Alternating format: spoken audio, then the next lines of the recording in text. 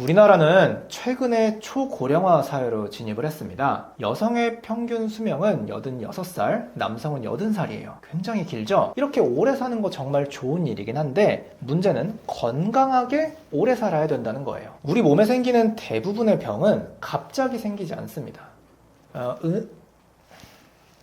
오랜 시간에 걸쳐서 천천히 알아채지 못할 정도로 천천히 진행을 하다가 갑자기 우리 몸을 집어삼키거든요. 그래서 병이 커지기 전에 미리 발견하고 조기에 관리하는 게 정말 중요합니다. 제가 이제 암을 관심 있게 공부하는 의사다 보니까 오늘은 암에 대한 얘기를 조금 더 해보려고 해요. 우리나라 사망 원인을 보자면 남녀 모두 공통으로 암이 부동의 1위거든요. 그래서 이 사람들한테 어떤 병이 제일 무서우세요 하면은 암이라는 단어가 제일 많이 나오는 겁니다. 사실 암이라는 단어 들으면 되게 기분이 나쁘고 죽을 병이라는 인식이 정말 많잖아요. 하지만 요즘은 정말 좋은 치료법들이 많이 개발이 됐고요. 그래서 암은 더 이상 죽을 병이 아니다. 저는 이렇게 말씀을 드립니다. 만약에 조기에 적절하게 발견하고 치료한 다음에 계속 관리만 한다면 일상생활에 큰 문제가 없는 만성질환처럼 관리할 수도 있는 겁니다. 우리 고혈압이나 당뇨 걸렸다고 막 죽을 병이라고 하나요? 그런 건 아니거든요. 저는 암도 적절히 발견하고 관리만 한다면 이 고혈압이나 당뇨 같은 만성질환이랑 똑같다고 말씀을 드립니다. 암에 걸렸다고 해도 그냥 꾸준히 병원에 다니면서 관리하고 운동 잘하고 좋은 음식 먹고 이렇게 관리하시면 된다는 말씀을 드리는 거예요. 암에 걸린 사람은 왜 죽을까요? 암덩어리가 몸에 생긴다고 바로 사람을 죽이진 않아요. 이 암이 관리가 되지 않고 계속 커지다가 다른 장기로 전이하고 그 장기를 망가뜨리면 그때 사람이 죽게 됩니다. 바꿔 말하자면 암을 조기에 발견해서 치료만 하면 암 때문에 죽을 일은 거의 없다는 거예요. 이 암뿐만 아니라 몸에 생길 수 있는 여러 가지 질환들을 조기에 찾아서 암뿐만 아니라 몸에 생길 수 있는 여러 가지 질환들을 조기에 찾고 치료하자. 이게 바로 건강검진이거든요. 그래서 건강하게 오래 살고 싶다. 그러면 챙기셔야 될 단 한 가지, 바로 건강검진입니다. 우리나라에서는 전 국민에게 건강검진을 해주고 있어요. 이걸 국가건강검진이라고 부릅니다. 기본적으로 고혈압이나 당뇨, 고지혈증 같은 만성질환, 그리고 기본적인 몇 가지 암에 대해서 검사를 진행하고 있거든요. 이 국가건강검진만큼은 꼭 챙기셔야 되는 필수 검사다, 이렇게 말씀을 드립니다. 이 건강검진, 돈 들어갈 텐데 왜 전 국민한테 해주는 걸까요? 아픈 국민이 많아지면 의료비 사용도 높아지고 또 국가 생산력도 낮아지니까요. 그래서 정말 중요한 질환들은 조기에 찾자, 이래가지고 모든 국민한테 진행을 하는 겁니다. 이 국가건강검진에서 암검진이 있는데 이 암검진은 연령대에 따라서 항목이 조금 달라져요. 위암, 간암, 유방암은 40살부터 진행하고요. 대장암 검진은 50살부터 진행을 합니다. 그리고 자궁경부암은 20살부터 여성을 대상으로 진행하고요. 폐암 검진 같은 경우는 55살부터 담배를 많이 핀 사람들을 대상으로 진행을 하고 있어요. 그런데 이 국가 건강검진만 믿고 있으면 모든 암을 커버할 수 있을까요?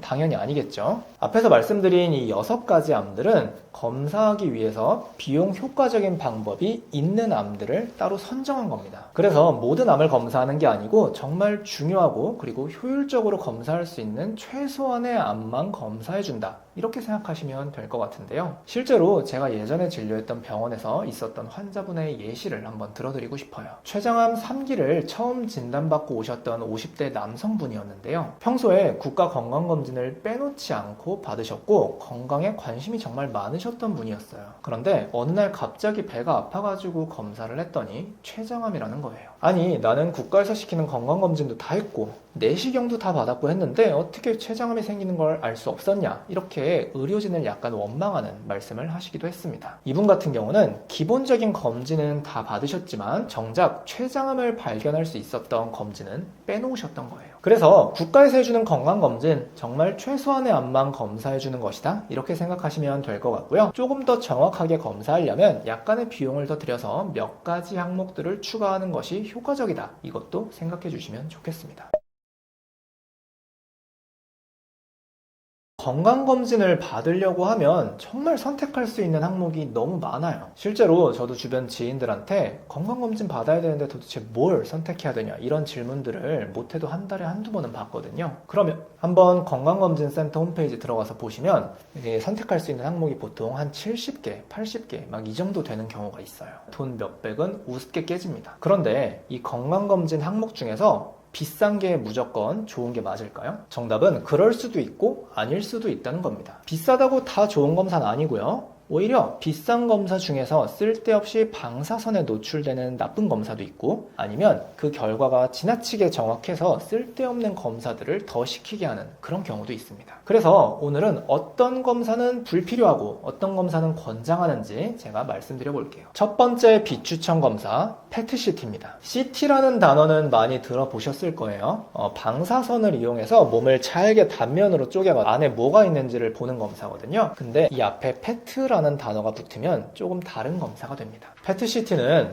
몸에 방사성 물질을 주사해서 어느 부위에 방사성 물질이 많이 가서 달라붙는지를 CT로 보는 검사예요. 방사성 물질을 주사하기 때문에 방사선 노출량이 엄청나게 높아요. 일반적으로 찍는 엑스레이의 약 200배 정도 되고요. 우리가 1년 동안 노출될 수 있는 방사성 한도가 있는데 그 한도의 8배 정도의 수치를 한 번에 받게 됩니다. 방사선에 쓸데없이 노출되면 그 자체로 암이 생길 수도 있기 때문에 이런 검사는 건강검진으로 하기엔 너무 과하고요. 그 결과도 쓸데없이 정확해서 몸속에 있는 염증도 다 잡아냅니다. 그러면 이 염증 그냥 두고 볼 수 없으니까 또 추가 검사를 막 해야 돼요. 그래서 저는 PET-CT는 너무 과도한 검사다 이렇게 말씀드립니다. 두 번째 비추천 검사 복부-CT예요. 복부-CT는 췌장이나 신장, 비장처럼 몸속 깊숙이 있는 장기를 보기에 굉장히 좋은 검사입니다. 실제로 대학병원 가면 이 복부-CT 하루에도 한 몇백 개씩 찍어요. 그런데 문제는 복부-CT도 방사선 노출량이 엄청나게 많다는 게 있어요. 그리고 복부-CT를 자세히 보려면 조영제라는 물질을 써야 되는데 이 조영제가 또 콩팥에 굉장히 안 좋습니다. 그래서 검진 목적으로 보통은 권고하지는 않아요. 하지만 담도암이라던가 췌장암, 신장암의 가족력이 있거나 이걸 의심할 만한 상황이라면 주치 상의하에 제한적으로 찍을 수도 있기는 해요. 이런 췌장암이나 신장암 같은 경우에는 보통 40, 50대부터 시작하는 경우가 많거든요. 그래서 젊은 나이에 이런 암들이 걱정된다고 무분별하게 복부 CT를 찍으면 쓸데없이 방사선 노출되고 그리고 조영제에도 노출되는 그런 상황이 생길 수 있는 겁니다. 비추천하는 검사 세 번째, 뇌 MRI입니다. MRI는 CT보다 더 비싸니까 좋은 검사 아닌가? 이렇게 생각하실 수도 있는데요. 이런 뇌 MRI는 실제로 뇌경색이나 뇌종양, 치매 이런 질환들이 의심될 때 시행하는 겁니다. 하지만 단순히 치매나 두통이 의심된다고 뇌 MRI를 찍으면 대부분은 아무것도 나오지 않아요. 그래서 특별한 증상 없이 그냥 검진 목적으로 MRI를 찍는 건 웬만하면 추천드리지 않습니다. 비추천 검사 네 번째,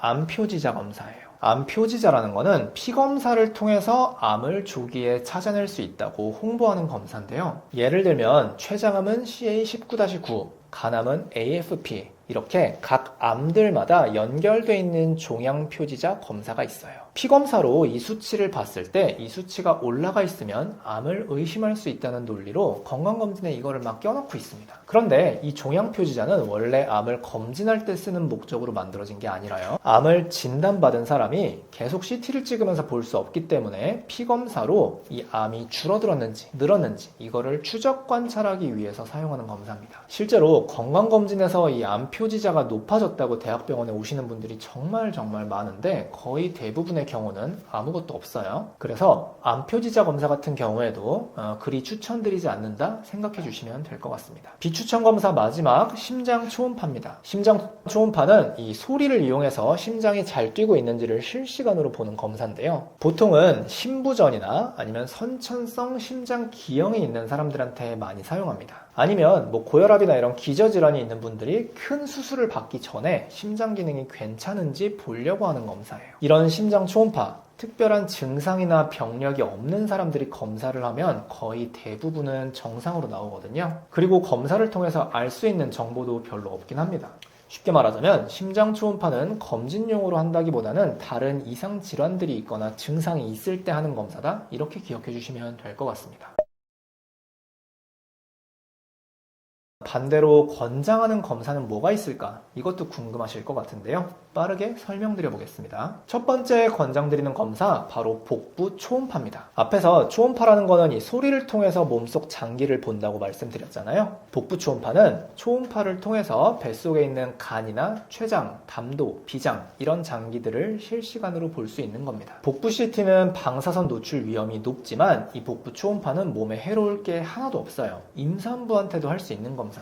그래서 중요한 장기들을 한 번에 볼 수 있으면서 몸에 해로운 건 없기 때문에 권장드리는 검사고요. 보통 2년에 한 번씩은 받아주시는 것을 권고드립니다. 두 번째는 갑상선 초음파입니다. 갑상선암은 은근히 젊은 나이에 많이 발생하는 암인데요. 조기에만 확인할 수 있으면 완치율이 거의 100%에 육박하는, 말하자면 좋은 암이에요. 이런 갑상선 초음파는 4년에 한 번씩은 주기적으로 받아주시는 것을 권고드립니다. 권장드리는 세 번째 검사, 뇌 MRA입니다. 앞에서 뇌 MRI는 별로 권장드리지 않는다고 설명드렸는데요. MRA는 어떻게 다른 건지, 이게 왜 중요한 건지 짧게 설명드려 볼게요. MRA는 뇌 혈관을 위주로 볼 수 있는 정밀한 검사인데요. 머릿속에 숨어 있을지도 모르는 뇌 동맥류를 찾아내는데 아주 효과가 좋습니다. 뇌 동맥류는 혈관이 풍선처럼 부풀어 오르는 질환을 의미하는데요. 평소에는 전혀 증상이 없어서 눈치를 못 채는데 만약에 이게 터지게 되면 3명 중에 2명은 사망할 정도로 정말 위험한 질환이에요. 우리나라 전체 인구의 약 2에서 3% 정도는 가지고 있다고 합니다. 만약에 이 뇌 동맥류를 일찍 찾을 수만 있다면요,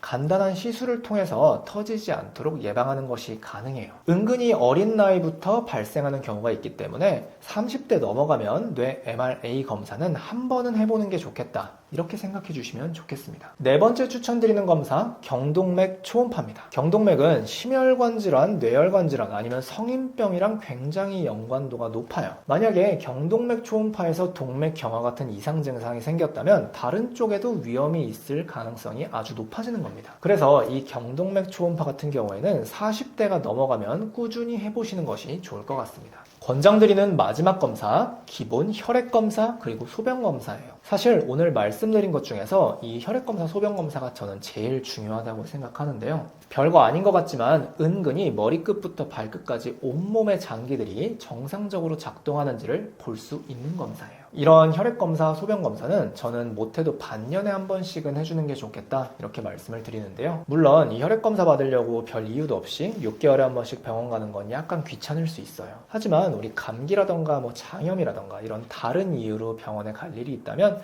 그때 혈액 검사를 한 번씩은 받아보시는 게 좋겠다, 이렇게 말씀드리고요. 당뇨나 고지혈증 같은 이런 만성 질환들을 정확하게 검사하기 위해서는 공복 시간을 지킨 다음에 가는 것이 좋으니까 이 부분도 기억해 주시면 좋겠습니다. 이렇게 건강검진에 대해서 말씀을 드려봤는데요. 검진만 잘 챙겨도 진짜 대부분의 질환들은 조기에 발견하고 별 문제 없이 예방을 할 수가 있습니다. 그러면 이 건강검진 어떻게 하면 잘 받을 수 있을까요? 기억하셔야 될 것은 건강검진은 좋은 기계가 하는 게 아니라 결국 그 결과를 보고 사람이 해석을 해야 된다는 거예요. 그래서 나랑 잘 맞는 의료기관을 하나 찾아놓고 거기를 꾸준히 다니면서 결과를 쌓아놔야 이 결과를 보는 의료진도 이전이랑 어떻게 달라졌는지를 보고 더 정확한 의견을 드릴 수 있는 겁니다. 그러면 어떤 의료기관을 찾는 것이 좋은지 꿀팁 3가지 간단하게 설명드리고 마무리 지어볼게요. 첫 번째, 너무 바쁘게 돌아가는 공장형 건강검진센터는 피하는 것이 좋습니다. 이 초음파나 내시경 같은 검사는 시술하는 시술자의 숙련도가 굉장히 중요해요. CT같이 결과가 남는 게 아니기 때문에 그냥 검사할 때 못 보면 끝입니다. 그래서 너무 바쁘게 돌아가는 곳은 아무래도 이 검사에 투입하는 시간이 짧을 가능성이 높아요. 자연스럽게 중요한 질환을 놓칠 가능성이 있기 때문에 너무 바쁘게 돌아가는 건강검진센터는 피하자, 이걸 첫 번째로 말씀드리고 싶고요. 그리고 두 번째는 이 의료진의 프로필이 다 나와 있는지, 그리고 내과나 영상의학과 전문의가 소속된 곳인지 이것도 확인해 보는 것이 좋을 것 같습니다. 마지막으로는 검진 성수기인 11월, 12월은 피해 주시는 것이 좋겠다, 이렇게 말씀드리는데요. 아무래도 국가건강검진을 챙기지 못한 사람들이 이때쯤 가가지고 한꺼번에 받기 때문에 굉장히 붐빌 가능성이 높아요. 자연스럽게 모든 검사들이 빠르게 진행되다 보니까 중요한 결과를 놓칠 가능성도 있습니다. 상대적으로 널널한 시기에 방문하시는 것을 권장드린다는 말씀을 드리고 싶습니다.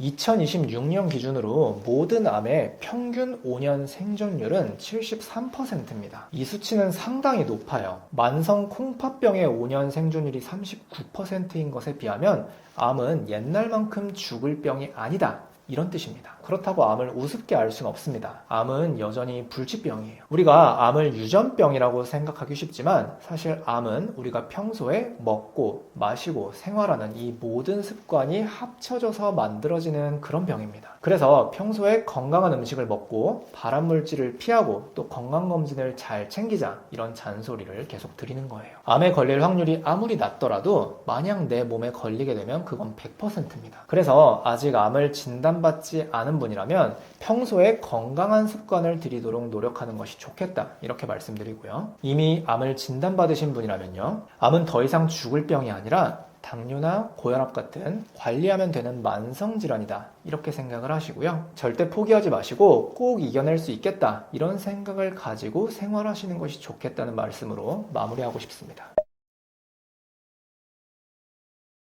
혹시 냉장고 안에 음식을 어떻게 보관하고 계신가요? 아마도 플라스틱 반찬통이나 지퍼백, 비닐봉지 이런 걸 사용하시는 분들이 많을 것 같은데요. 우리 집에서 이렇게 편리하게 사용하는 이런 반찬통에서 발암물질이 나올 수 있다 이런 이야기 들어본 적이 있으신가요? 오늘은 그대로 방치하고 사용하면 아토피나 알러지, 비염, 치매, 암까지 유발할 수 있는 위험한 물질들에 대해서 간단하게 얘기해 보려고 해요. 주의하셔야 될 첫 번째 주방용품 바로 플라스틱 반찬통입니다. 이 플라스틱 반찬통이 위험한 이유는 이걸 만드는 과정에서 들어가는 환경 호르몬 때문이에요. 환경 호르몬 중에서 프탈레이트라는 성분에 대해서 먼저 설명드려 볼게요. 프탈레이트는 딱딱한 플라스틱을 부드럽게 만들어주는 가소제 성분인데요. 플라스틱이 원료인 장난감 아니면 반찬통, 화장품통, 생활용품 이런 것들에 많이 들어갑니다. 하지만 이 프탈레이트, 환경 호르몬의 대표 주자인데요. 내분비 장애나 성장 발달 장애를 일으키고 신경 독성도 유발할 수 있습니다. 그리고 소아에게는 소아암까지도 유발할 수 있다고 알려진 되게 위험한 물질이에요. 국제암연구소에서는 이 프탈레이트를 이비군 발암물질로 분류하기도 했어요. 아니 근데 플라스틱통을 가열한 것도 아니고 그냥 냉장고에 넣었을 뿐인데 여기서 이런 물질들이 나올 수 있냐? 이런 생각을 하실 수 있는데요. 이 궁금증에 대해서 실제로 순천향대학교 의과대학 직업환경의학과 연구팀이 진행한 실험이 있습니다. 3,300명의 사람을 대상으로 소변 속에 있는 프탈레이트의 농도를 측정했거든요. 그 결과 냉장고에 식품을 보관할 때 플라스틱 통이라던가 지퍼백, 비닐 이런 것들을 사용한 사람들의 경우 소변 속의 프탈레이트 농도가 37%까지 높게 확인이 됐습니다. 바꿔 말하자면 아무리 냉장고에 차갑게 보관을 했더라도 이 플라스틱 용기를 사용하는 것만으로도 환경 호르몬에 노출될 위험이 높다 이런 말씀을 드리는 거예요. 프탈레이트 말고 비스페놀 A라고 부르는 환경 호르몬도 문제인데요. 비스페놀 A는 우리 몸속에서 여성 호르몬이랑 비슷한 작용을 합니다. 그래서 여러 가지 내분비 질환, 비만이나 당뇨 이런 걸 유발할 수 있어요. 그래서 이런 유독물질이 들어있는 반찬통에는 식품을 오래 보관하는 게 좋지 않고요. 이걸 대체하기 위해서는 스테인리스 아니면 유리로 된 반찬통을 사용하시는 것이 좋겠다. 이렇게 기억해 주시면 될 것 같습니다.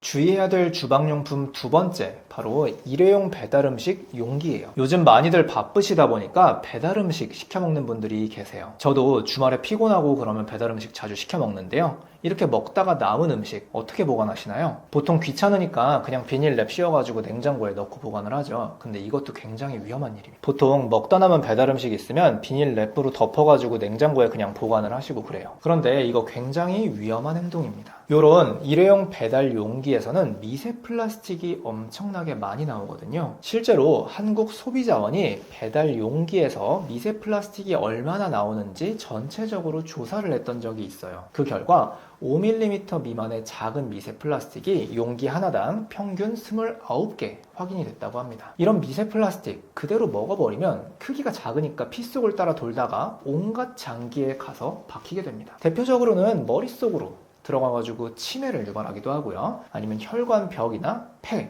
위 이런 데 들어가가지고 여기저기 염증을 유발하기도 해요. 이렇게 염증 상태가 지속이 되면 궁극적으로 암까지도 생길 수 있는 겁니다. 그래서 배달 음식을 받아다가 그냥 그 용기 자체로 드시고 냉장고에 넣었다가 또 데펴 먹고 이런 거는 그냥 발암물질을 입에 털어넣는 꼴이다 생각하시면 될 것 같습니다. 저는 이렇게 말씀드리는데요. 귀찮긴 하지만 배달 음식을 받으면 사기로 된 그릇에 옮겨 담아가지고 드시고 보관할 때도 이 채로 보관을 하는 게 좋겠다 말씀드려요.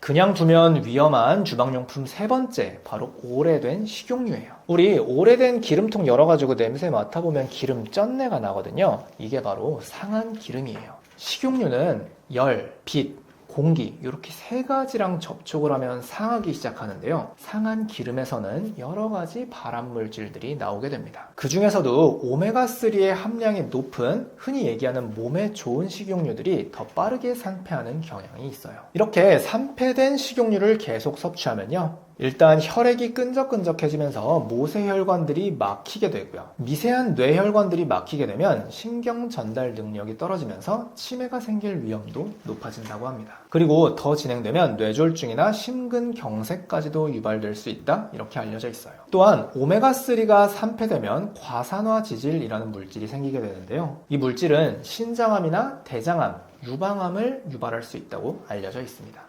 그래서 쩐내가 나는 상한 기름을 그대로 보관하시고 음식에 사용하는 건 그냥 발암물질을 그대로 먹는 꼴이다 기억하시면 좋을 것 같습니다. 그러면 우리 집에 있는 식용유 상하지 않게 보관하려면 어떻게 해야 될까요? 제가 앞에서 식용유가 상하는 세 가지 이유 설명드렸어요. 열, 빛, 공기 이 세 가지를 차단해 주면 됩니다. 일단 서늘한 곳에 보관해 주셔야 되고요. 그리고 빛이 들어가지 않게 어두운 선반에 넣어주시고 또 갈색 병에다가 담아주시는 게 좋겠습니다. 그리고 공기랑 최대한 접촉하지 않도록 식용유는 사용할 때만 뚜껑 열고 꼭 닫아서 보관을 해주시는 게 좋겠다. 기억해주세요. 조심하셔야 될 주방용품 네 번째, 바로 코팅된 프라이팬이거든요. 우리 주방에서 사용하는 프라이팬은 요리할 때 들러붙지 않도록 코팅이 싹 돼 있습니다. 이 코팅하는 물질을 테플론이라고 불러요. 사실 테플론이라는 물질 자체는 굉장히 안전하기 때문에 섭취해도 큰 부작용은 없거든요. 그런데 테플론을 이 알루미늄에다가 갖다 붙이는 접착제 성분, 과부라 화합물이 문제입니다. 이 물질을 PFOA라고 부르는데요. 이 PFOA는 1군 발암물질로 분류가 되어 있고요. 신장암이나 고환암을 유발할 수 있다고 알려져 있습니다. 그리고 이 과부라 화합물이 한번 몸에 들어오면 이게 잘 안 빠져나가요. 최대 4년까지 몸에 남아있을 수 있다고 알려져 있거든요. 물론 요즘에는 이 PFOA free라고 찍혀있는 제품도 나오긴 하는데요. 이게 이 PFOA가 아예 없다는 뜻이 아니라 검출 한도 이내로 적게 들어있다는 뜻이라서 무시하시면 안 됩니다. 그래서 일단 첫 번째로는 이런 테플론 코팅 프라이팬을 만약에 사용하신다면 절대로 긁히지 않게 설거지할 때 철수세미 이런 거 쓰시면 안 되고요. 그리고 조리할 때도 요 철로 된 조리기구로 해가지고 긁히지 않게 이거를 주의하셔야 됩니다. 더 근본적인 방법은요. 세라믹이나 아니면 스테인리스로 된 프라이팬을 사용하시는 겁니다. 이런 경우에는 긁히더라도 이 위험한 물질이 나오지 않겠죠. 그래서 요약하자면 집에 있는 테플론 프라이팬은 긁히지 않도록 정말 주의하시고 가능하면 안전한 세라믹이나 아니면 스테인리스 프라이팬으로 바꾸자 이렇게 기억해 주시면 좋을 것 같습니다. 조심하셔야 될 주방용품 다섯 번째, 바로 비닐랩이에요. 비닐랩도 이 음식 보관할 때 많이들 사용하시잖아요. 이 비닐랩에서도 환경 호르몬이 나올 수 있어서 조금 주의하셔야 됩니다. 우리가 사용하는 비닐랩은 가정용이 있고요. 그리고 가게에서 사용하는 산업용이 있습니다. 가정에서 사용하는 가정용은 폴리에틸렌, PE라는 성분이 주를 이루고요. 그리고 산업용은 PVC 성분이 주를 이루는데요. 가정용에서는 유해 성분이 거의 나오지 않아서 안전하지만 이 산업용 비닐랩이 조금 문제입니다. 여기서는 이 딱딱한 PVC를 부드럽게 하기 위해서 가소제 성분을 좀 많이 넣었어요. 특히 열을 가했을 때 이 환경 호르몬이 한 번에 나올 수 있다고 합니다. 마트에서 고기 샀을 때 이 고기를 랩에 뚫뚫 말아가지고 주는 경우가 있는데요. 이걸 그대로 냉장고에 보관한다. 이것도 환경 호르몬을 그냥 섭취하는 거나 다름없다라고 생각해 주시면 좋겠습니다. 오늘은 우리도 모르게 섭취하고 있었던 주방 속의 발암물질 5가지에 대해서 설명드려봤습니다. 평소에 건강을 생각해서 좋은 음식이랑 영양제, 운동 이런 걸 아무리 챙기더라도 이렇게 일상생활 생활 속에서 발암물질을 섭취한다면 말짱 도루묵이 될 수 있어요. 그래서 오늘 영상 보신 분들 우리 집 주방에는 발암물질이 없는지 꼭 한번 확인해 주시고요. 영상에서 말씀드렸던 것들이 있다면 꼭 신경 써서 바꿔주시는 게 좋을 것 같습니다. 안녕하세요. 저는 유튜브에서 암 관련된 정보를 설명드리고 있는 내과의사 강영창이라고 합니다. 저는 환자분들이 본인의 건강에 대해서는 의사보다도 더 잘 알아야 된다고 생각하고 있어요. 건강은 한번 잃게 되면 절대로 그 전으로는 돌아갈 수 없거든요. 그래서 미리 관심을 가지고 적극적으로 관리하시는 것이 정말 중요하다. 이렇게 말씀드리고 싶습니다. 우리 구독자 여러분들께서도 평소에 건강 그리고 암에 대해서 조금 더 관심을 가지고 주의를 기울이시는 것이 좋겠다는 말씀을 드리고 싶고요. 혹시라도 더 많은 정보를 알고 싶으시다면 제 유튜브 채널도 한번 방문하셔서 더 많은 영상 찾아보셨으면 좋겠습니다. 감사합니다.